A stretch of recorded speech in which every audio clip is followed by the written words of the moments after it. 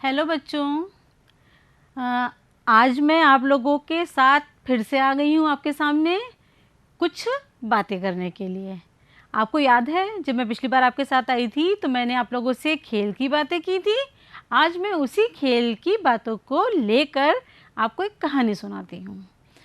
पहले कहानी हमारी ये है कि एक पक्षी था। पक्षी जानते हैं ना कैसे उड़ता है। एक पक्षी था, उसकी विशेषता ये थी कि उसके एक की जगह दो मुंह थे। कितने मुंह थे? दो मुंह। उसके दो मुंह थे तो लेकिन पेट उसका एक ही था। जब वो कुछ खाता तो चाहे वो इस मुंह से खाता चाहे वो दूसरे मुंह से खाता, तो खाना तो उसके पेट में ही जाता था। एक बार की क्या बात है कि वो समुद्र के किनारे ऐसे ऐसे ऐसे ऐसे करके उड़ रहा था। जब उड़ रहा था तो समुद्र की लहरों के पास उसे एक फल दिखाई दिया। तो उसके एक मुंह ने उस फल को उठा लिया और खाने लगा। तो और जब उसने उसका मज़ा चखा तो कहने लगा, वाह क्या फल है, कितना मज़ेदार फल है। तो दूसरे मुंह ने कहा कि मुझे भी दो भाई, मुझे भी दो चखने के लिए। तो पहले वाले फल ने कहा, मैं तो नहीं दूंगा। अरे जाएगा तो पेट में ही ना, क्योंकि हम दोनों का मुंह तो एक ही है और पेट अलग अलग है भले ही, लेकिन पेट तो एक ही है। तो जब वो यहाँ चला जाएगा तो पेट तो भर जाएगा, इसलिए तुम्हें खाने की क्या ज़रूरत है। अब दूसरा वाला मुंह गुस्से में आ गया। उसने सोचा मैं इसका बदला लूँगा, मैं इसका बदला लूँगा। फिर क्या हुआ, समय बीत गया। कुछ दिनों के बाद फिर वो पक्षी उड़ने लगा। उड़ते उड़ते उसको एक जो है फल मिला फिर से, लेकिन वो फल जो था वो बहुत ज़्यादा ख़राब था और वो विष की तरह था। विष यानी जहर की तरह। लेकिन उसके अंदर, दूसरे वाले मुंह के अंदर बदले की भावना इतनी ज़्यादा थी अपने साथी, अपने दूसरे वाले मुंह के प्रति, कि उसने कहा कि नहीं, मैं ये फल खाऊंगा ज़रूर, मैं ये फल खाऊंगा ज़रूर। पहला वाला मुंह मना करता रहा कि नहीं खाओ नहीं खाओ, नहीं तो हम दोनों मर जाएंगे। लेकिन दूसरे वाले मुंह ने कहा कि नहीं, तुमने मुझे मीठा वाला फल खाने नहीं दिया था, इसलिए मैं इस फल को खाऊंगा ज़रूर। और उसने उसी जलन में वो वाला फल खा लिया। जैसे ही उसने वो जहर वाला फल खाया वैसे ही वो पक्षी मर गया। अब यहाँ पर हमने बच्चों क्या देखा कि दो मुंह एक साथ थे, एक ही शरीर के अंग। लेकिन जब दोनों मुंहों के बीच में जेलसी आई, यानी एक दूसरे के प्रति जलन आई, तो वो पक्षी ही मर गया। जब वो पक्षी मर गया तो उसका अस्तित्व खत्म हो गया। इसी प्रकार से हमने पिछले पार्ट में पढ़ा था खेल की भावना, कि जब हम खेल खेलते हैं तो हम एक टीम की भांति कार्य करते हैं, और जब हमारी टीम बन जाती है तो हमें एक दूसरे के साथ मिलकर काम करना है। यदि हम दूसरे के प्रति जलन या ईर्ष्या रखेंगे तो हमारी टीम हार जाएगी और हम खेल में कभी भी आगे नहीं बढ़ पाएंगे। ठीक है बच्चों, हम लोगों ने इसी टॉपिक पर बात की थी। अब आज का हमारा कंटेंट है खेल। अब देखिए खेल, जो आप लोगों को चित्र दिखाई दे रहे होंगे यहाँ पे, ये दिख रहा होगा आप लोगों को क्रिकेट। क्रिकेट सब खेलते हैं सारे बच्चे, आप सब लोग जानते हैं कि इसमें बैटिंग बॉलिंग की जाती है।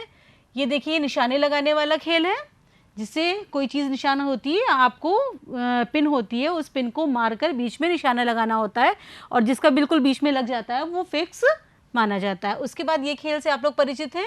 ये है, देखिए कौन सा है ये, सांप सीढ़ी, जिसमें सांप और सीढ़ी दोनों होती है, और ये पासे का खेल होता है, ये आप लोग जानते हैं।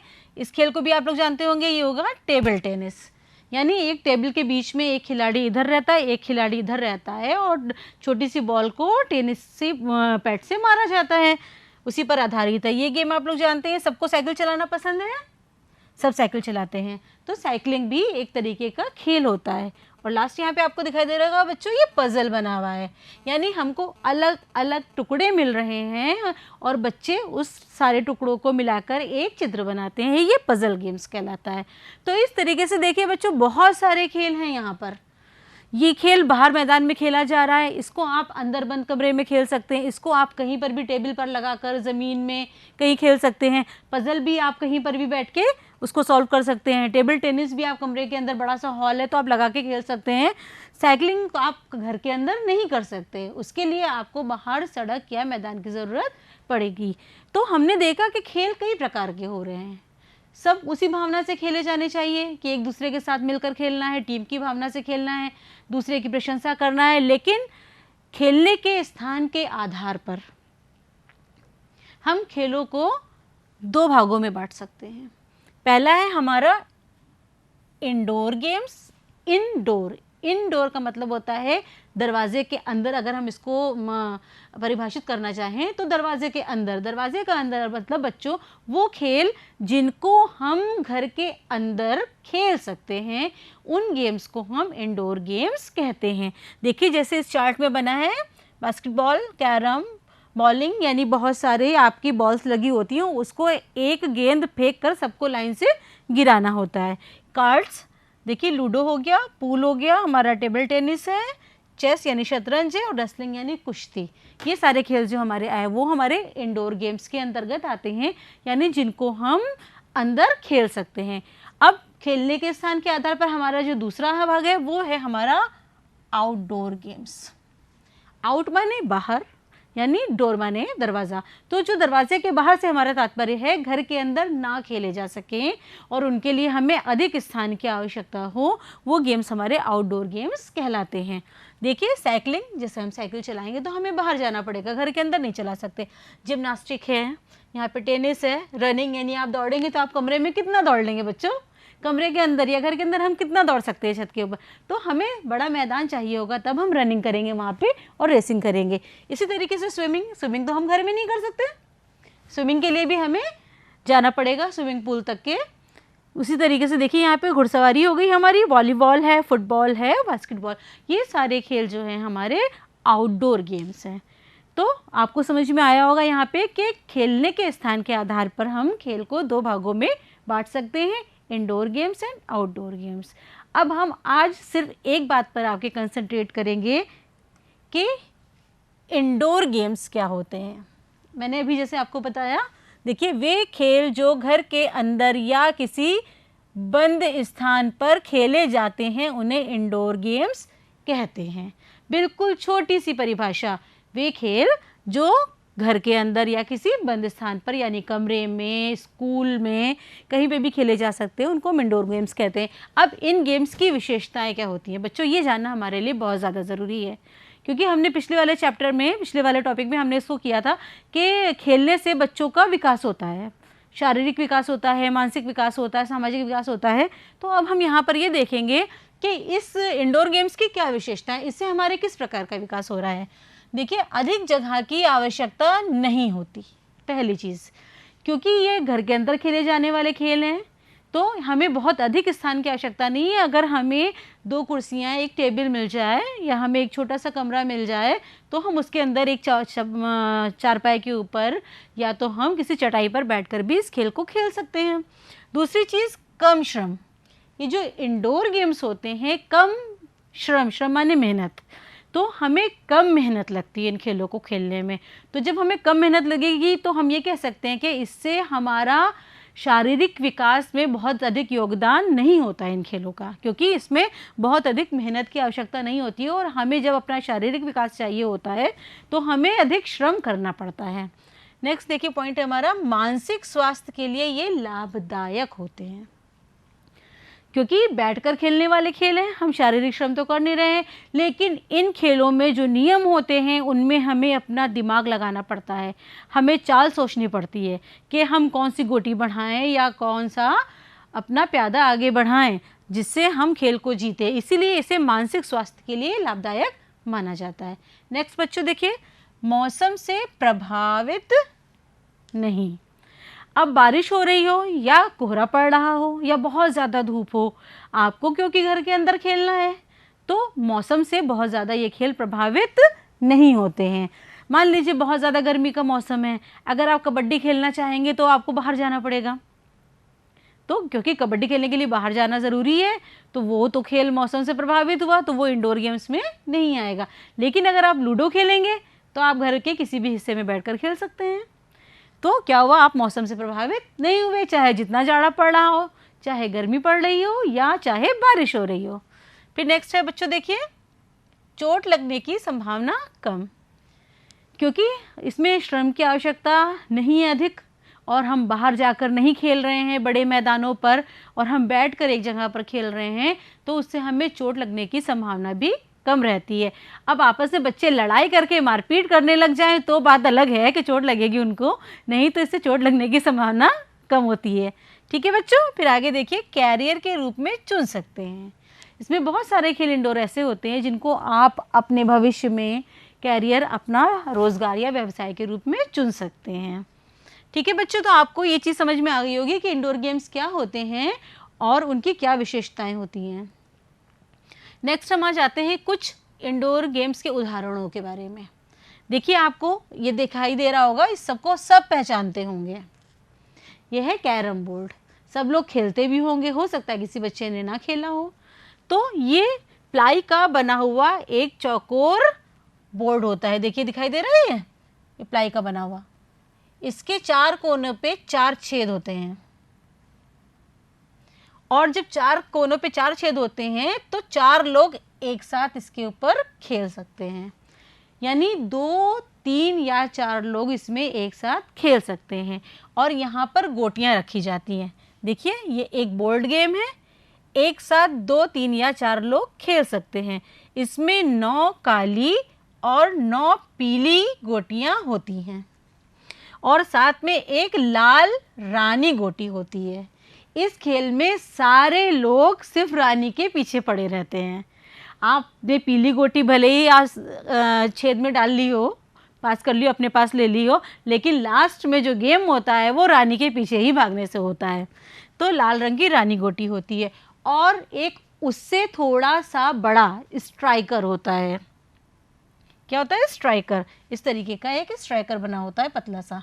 उस स्ट्राइकर को यहाँ पर रखा जाता है, और यहाँ पे आपकी गोटियाँ होती हैं सब। स्ट्राइकर को ऐसे मारा जाता है, तो जब स्ट्राइकर इसके ऊपर लगता है तो ये गोटियाँ जाके इस छेद के अंदर गिरती हैं। आपके निशाने लगाने पर डिपेंड करता है कि जैसा निशाना हम लगाएंगे तो हमारी गोटी उस छेद के अंदर जाकर गिरेगी, और अगर गिर गई तो वो हमारी हो जाती है। इसी आधार पर ये खेल होता है। तो आप लोगों को बच्चों कैरम बोर्ड समझ में आ गया होगा कि इसमें 9 काली 9 पीली गोटियां होती हैं, एक स्ट्राइकर होता है, स्ट्राइकर से उन गोटियों को मारा जाता है, और एक लाल रानी गोटी होती है, और ये एक बोर्ड गेम है।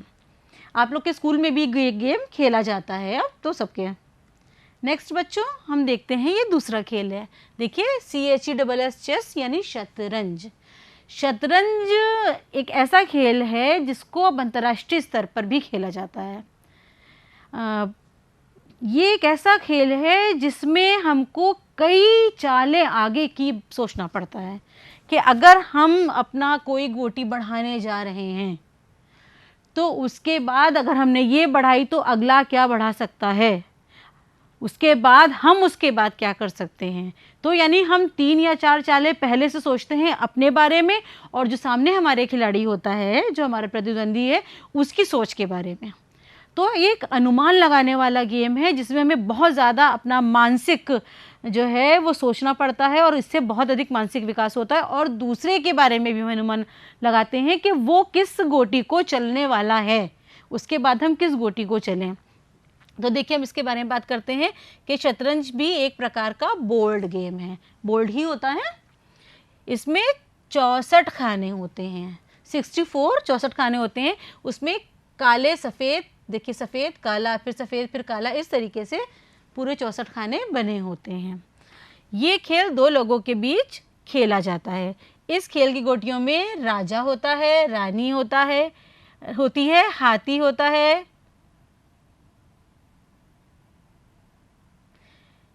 घोड़ा, वजीर, ऊंट, सिपाही, ये सब होते हैं।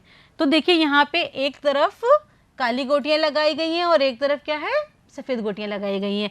एक खिलाड़ी इधर बैठेगा और एक खिलाड़ी इधर बैठेगा, और ये अपनी चाल चलेगा, ये अपनी चाल चलेगा। चलते चलते एक समय ऐसा आता है कि जिसका राजा या वज़ीर मर जाता है वो गेम हार जाता है, और जिसका राजा वज़ीर ज़िंदा रहता है एंड तक के, वो खेल जीत जाता है। तो ये खेल जो है मानसिक विकास में सहयोग करता है। आपके स्कूल में भी ज़रूर शतरंज का खेल होगा, और जब होगा तो आप लोग स्कूल में जाके इसको खेलने की कोशिश कीजिएगा, क्योंकि इससे मानसिक विकास तेज़ होता है। नेक्स्ट हम बात करते हैं बच्चों टेबल टेनिस की। देखिए ये टेबल टेनिस खेल है, इसमें एक टेबल होती है, ये टेबल पर खेला जाने वाला खेल है। ये खेल 2 या 4 लोगों के बीच में होता है। प्रत्येक खिलाड़ी के पास एक टेनिस तथा एक बॉल होती है। देखिए यहाँ पे अगर 2 प्लेयर खेल रहे हैं तो एक टेनिस इसके पास होगा, एक टेनिस इसके पास होगा और एक बॉल से खेला जाएगा ये। तो टेबल के बीच में एक नेट लगा होता है, ये देखिए यहाँ पे नेट लगा हुआ है बच्चों, नेट लगा है और टेबल के दोनों तरफ हमारे खिलाड़ी मौजूद हैं। टेबल बीच में है, वो इस बॉल को टेबल पर टिप्पा मारकर दूसरी तरफ नेट के भेजते हैं। फिर उधर वाला प्लेयर भी उधर मार के इधर भेजेगा, इधर वाला उधर भेजेगा और अगर बॉल गिर जाती है तो वो एक पॉइंट मान लिया जाता है। तो टेबल टेनिस भी एक इंडोर गेम है जो बहुत अच्छा है। इस खेल में हमारा शारीरिक विकास भी होता है क्योंकि हमारे हाथ मूव करते हैं और हमारा शरीर टेबल के इधर उधर मूव करता है कि हम इधर मारना है, इधर मारना है। ठीक है, नेक्स्ट आ जाते हैं बच्चों हम लूडो। लूडो तो आप सब लोग जानते होंगे, हाँ सब लोग क्या, आपके दादा दादी भी जानते होंगे, आपके मम्मी पापा चाचा बुआ सब जानते होंगे क्योंकि लूडो एक ऐसा खेल है जिसको सब बड़े शौक से खेलते हैं। और लूडो जो है वो हमारे भारत का एक प्राचीन खेल चौपड़ है, उसके आधार पर ही बनाया गया खेल है जिसमें पासा होता है। इसमें भी गोटियां होती हैं, जैसे मैंने कैरम में बताया था कि गोटियां होती हैं, तो कैरम की गोटियां सिर्फ 2 रंग की होती हैं और एक रानी गोटी होती है। इसमें देखिए आपको दिखाई दे रहा होगा, ये भी एक दफ्ती का बना हुआ या प्लास्टिक का बना हुआ एक बोर्ड होता है, देखिए है ना। तो बोर्ड पर खेला जाने वाला खेल है। एक साथ क्योंकि 4 रंग हैं तो 4 लोग भी खेल सकते हैं या 2 लोग भी खेल सकते हैं या 3 लोग भी इसको साथ में खेल सकते हैं। देखिए ये नीले खाने में हम नीली गोटियां रख देते हैं, लाल वाले में लाल रखेंगे, हरे में हरी और पीले वाले में पीली। उसके बाद एक पासा होगा हमारे पास, देखिए ऐसा, इसमें आपको बिंदियां मिल जाएंगी बनी हुई। एक तरफ 5 लिखा होगा, एक तरफ 4 लिखा होगा। इस पासे को हम बीच में फेंकते हैं क्योंकि पासे के 6 फलक होते हैं, तो एक तरफ 1, एक तरफ 2, एक तरफ 3 बिंदियां, फिर 4 बिंदियां, 5 बिंदियां, 6 बिंदियां पूरी बनी होती हैं। जब हम पासा यहाँ पर फेंकते हैं तो यदि मानिए हमारे पास 4 आया तो हमारी गोटी 6 के बाद खुलकर यहाँ पर 1, 2, 3, 4 आगे बढ़ गई। फिर अगला खिलाड़ी पासा फेंकेगा, उसके पासे पर जो आएगा गोटी उतना आगे बढ़ जाएगी। उसके बाद अगला खिलाड़ी पासा फेंकेगा। इस प्रकार से प्रत्येक खिलाड़ी जो है अपना पासा फेंकता रहेगा और उसकी रंग की गोटी आगे बढ़ती रहेगी है। और इसमें जिसकी गोटी सबसे पहले पूरा चक्कर लगा के वापस अंदर आ जाती है वो वाला खिलाड़ी सबसे पहले जीत जाता है। तो ये बहुत अच्छा गेम है और इसमें सब बहुत मज़ा लेते हैं। आजकल तो ख़ास तौर पे जब लॉकडाउन चल रहा है तो घर में सभी लोग लूडो खेलना पसंद करते हैं क्योंकि जब घर में है तो अगर टाइम पास नहीं होता है तो घर के बड़े भी लूडो निकाल लेते हैं और खेलने लग जाते हैं। आगे नेक्स्ट बच्चों, हम नेक्स्ट की बात करते हैं। देखिए ये है सांप सीढ़ी। आप लोगों ने जब लूडो ख़रीदा होगा तो उसके साथ आपको सांप सीढ़ी भी मिली होगी, या सांप सीढ़ी आप अलग से भी खरीद सकते हैं। ये भी बड़ा मज़ेदार खेल है क्योंकि इस खेल में आप ऊपर नीचे मूव करते हैं। अगर आपको आपका जो गोटी है वो सीढ़ी पर आ गई, जैसे मानिए आपने पासा फेंका और आपका 5 आया तो 5 के ऊपर सीढ़ी शुरू हो रही है, तो आपकी गोटी अगर 5 पर आई तो आप सीधे 5 से 48 पर पहुंच जाएंगे, यानी आपने शॉर्टकट ले लिया और डायरेक्टली ऊपर चढ़ गए। तो खुशी होती है बहुत ज़्यादा। लेकिन अगर आपकी गोटी पासा चलने के बाद सांप के मुंह पर आ गई तो सांप आपको खा जाएगा और आप सीधे नीचे आ जाएंगे जहाँ पर उसकी पूंछ होती है। ये खेल में बहुत मज़ा आता है क्योंकि जो जीत रहा होता है शुरू में हो सकता है वो 98 पर जाकर नीचे आ जाए हैं, और जो हार रहा है हो सकता है वो यहाँ पर पहुँचे 25 पे और सीधे 58 पे पहुँच जाए। तो इस खेल में बहुत मज़ा आता है। ये भी एक बोर्ड पर खेला जाने वाला गेम है। इसमें 1 से 100 तक की गिनतियाँ लिखी होती हैं। अब इसमें 1 से 100 तक की गिनतियाँ लिखी होती हैं तो बच्चों को गिनतियाँ सिखाने के लिए भी हम इस खेल का बहुत अच्छा प्रयोग कर सकते हैं। वो बच्चे जो घर में छोटे हैं हमारे, हमें उनको गिनतियाँ सिखानी हैं तो गिनतियाँ यदि वो ऐसे नहीं सीख पाते हैं कि 64 कहाँ लिखा है, 62 कहाँ लिखा है, 72 कहाँ लिखा है, तो यदि हम उनके साथ सांप सीढ़ी का खेल खेलते हैं तो खेल खेल में हम उनको समझा सकते हैं कि बताओ 38 कहाँ है। तो 38 वो ऐसे ऐसे करके गिनेगा, लेकिन जब वो बार बार उस खेल की प्रैक्टिस करेगा तो उसको आराम से पता चल जाएगा कि 3 8 38, यानी जो 3 8 लिखा है यही हमारा 38 है। तो हम इसको खेल के रूप में कर सकते हैं। और बहुत सारे हमारे साथी जो शिक्षक हैं उन लोगों ने इस सांप सीढ़ी के खेल पर बहुत सारी शिक्षण सामग्री भी तैयार की है, जिसमें स्वास्थ्य से रिलेटेड जो खेल हैं वो सब तैयार किए गए हैं। अच्छी आदतें हमारी कौन सी होती हैं उस पर आधारित खेल सांप सीढ़ी का बनाया है। नेक्स्ट आ जाता है कुछ संख्याओं पर सीढ़ी तथा कुछ पर संख्याओं पर सांप बना होता है। पासे पर आई संख्याओं के अनुसार खेल खेला जाता है।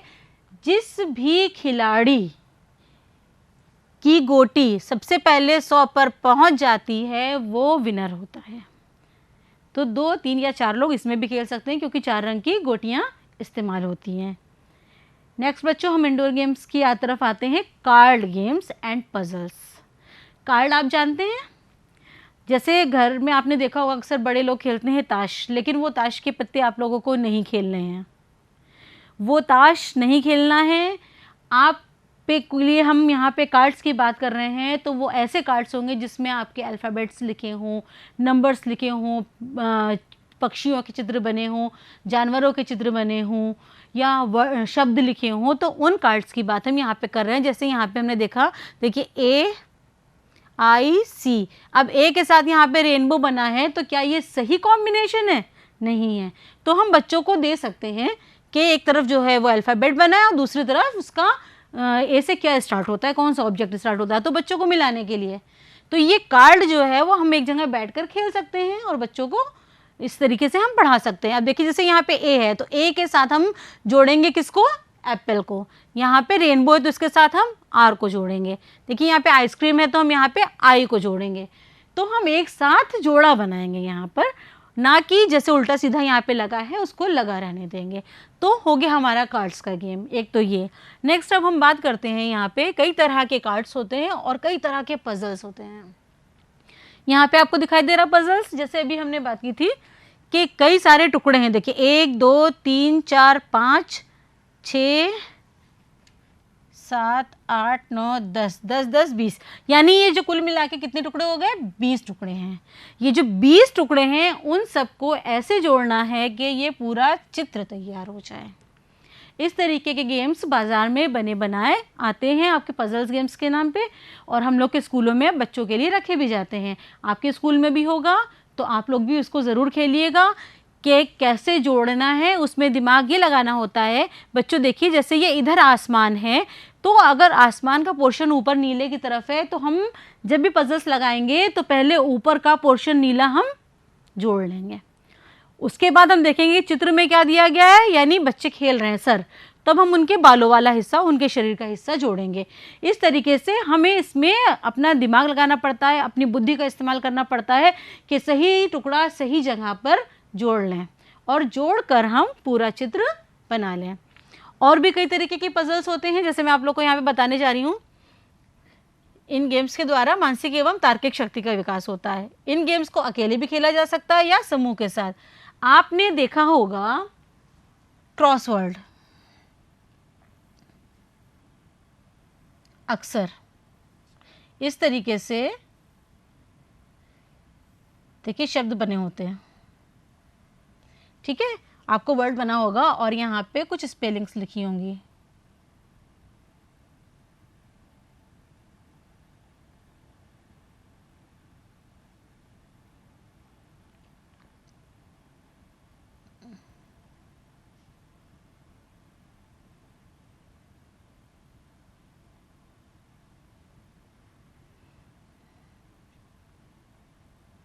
देखिए, ठीक है, चलिए मान लीजिए यहाँ पे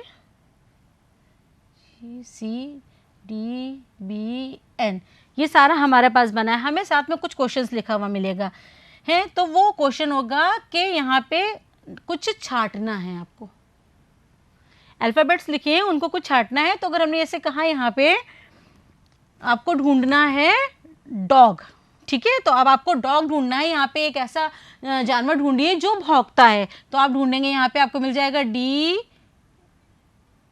DOG, डॉग। इसी तरीके से एक बर्तन को इंग्लिश में क्या कहते हैं? POT, pot. तो इस तरीके के क्रॉसवर्ड जो है वो हमको मिलते हैं। नेक्स्ट हम बात करते हैं और भी पजल्स, यानी पहेलियां भी पजल्स के अंतर्गत ही आती हैं हमारी। चलिए बच्चों, अभी तक हम लोगों ने जो पढ़ा थोड़ा सा उसको रिवीजन करते हैं। यहाँ पे मैं कुछ आपको गेम्स दूंगी और दूसरी तरफ आपको बताना होगा ये कौन सा गेम है।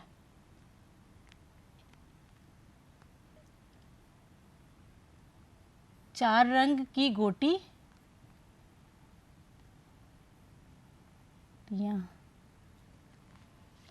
प्लस पासा। चार रंग की गोटियां और पासा किस खेल में होता है? सोचिए बच्चों, जल्दी से सोच के बताइए मुझे। और बताएंगे क्या? मैं खुद बताऊंगी, मैं आप लोग का दिमाग समझती हूँ।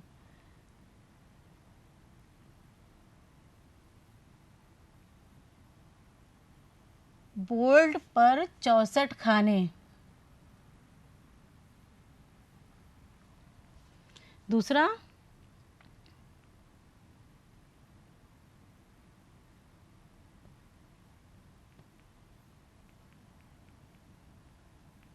लाल रानी गोटी किस खेल में होती है?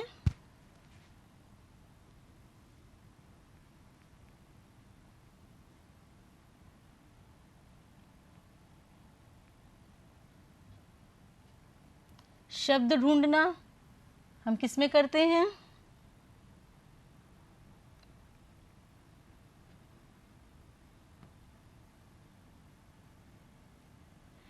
टेबल पर नेट लगाकर कौन सा खेल खेला जाता है? देखिए बच्चों, ये आप लोगों के लिए है गृह कार्य यानी अभ्यास।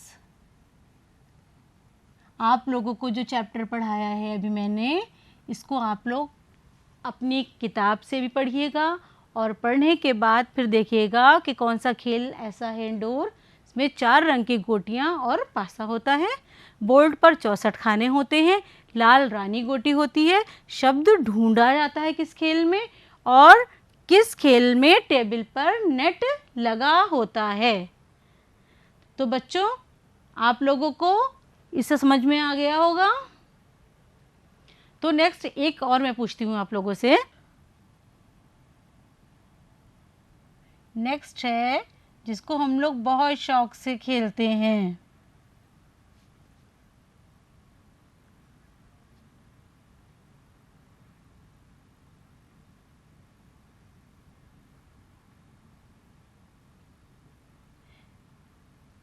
गुड़िया गुड्डे का खेल।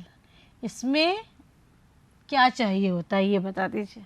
ये भी एक इंडोर गेम है जो छोटे बच्चे से लेकर और बड़े बच्चे तक खेलते हैं, और खाना पकाने का खेल खेलते हैं, उसमें गुड्डा गुड़िया की शादी कराती हैं। तो ये भी एक इंडोर गेम का ही उदाहरण है। तो आप लोग इसको पढ़िएगा और पढ़ के इस अभ्यास को करने का प्रयास कीजिएगा और अपने घर में बच्चों को ध्यान दीजिएगा। थैंक यू बच्चों।